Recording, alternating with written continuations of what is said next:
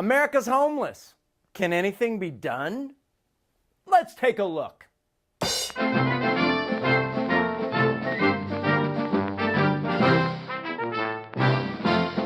All aboard! Welcome everybody. Let's get up to speed with a little rapid fire news.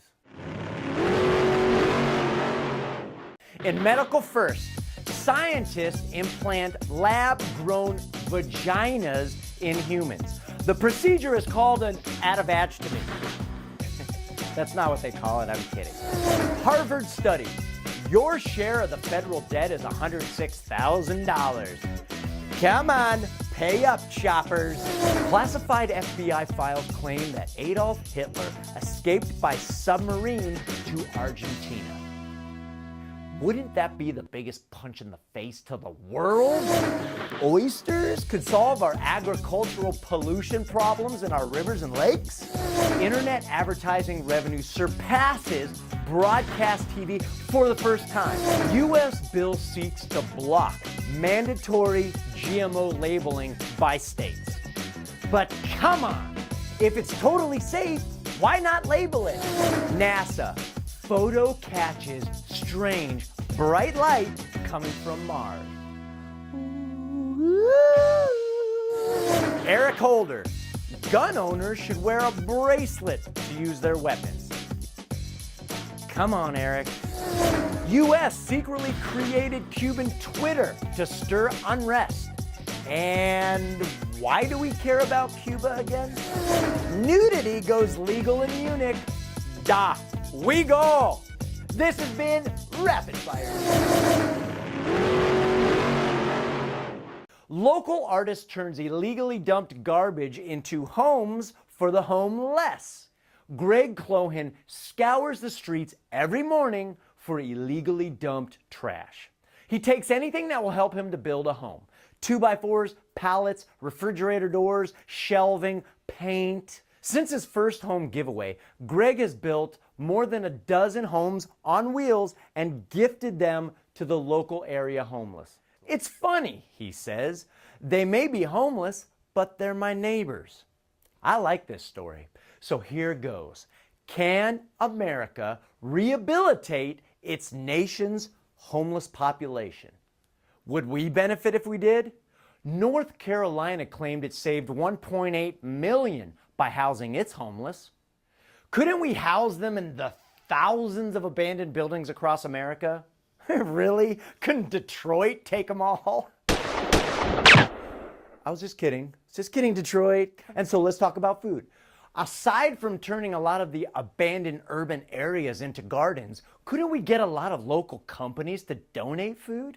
And on that note, can't we do a collection of food from all the local grocers that throw their close to expiration date food in the dumpster? Soups and breads and pastries.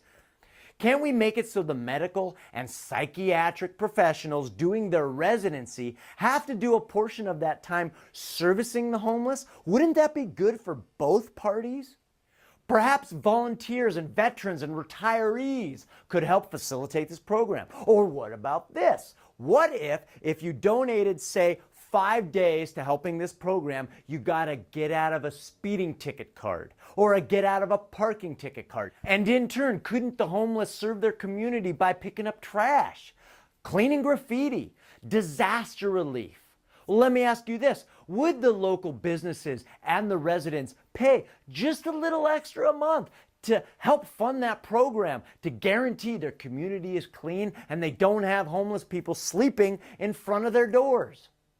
So how could we get the buildings, the vehicles, and the gardens and everything related maintained and fixed up to run this project? What if we put the 2.3 million people in prison to work? Really? Shouldn't all those people be working for us? Because frankly, aren't we right now working for them? Let's expand on that for a minute. California's in a drought. Can't we have that huge population slowly but surely digging an aqueduct from whatever Midwestern state that's flooding right now to California? I mean, why aren't they sitting in rowboats in the middle of the Great Pacific Garbage Patch with skimmers, pulling all the trash out? And disaster relief? That's the biggest free army of labor a country could ever have. Well, it's not free, I guess. And don't tell me it's not constitutional or it's against their human rights or you're going to get sued. Why shouldn't they repay us?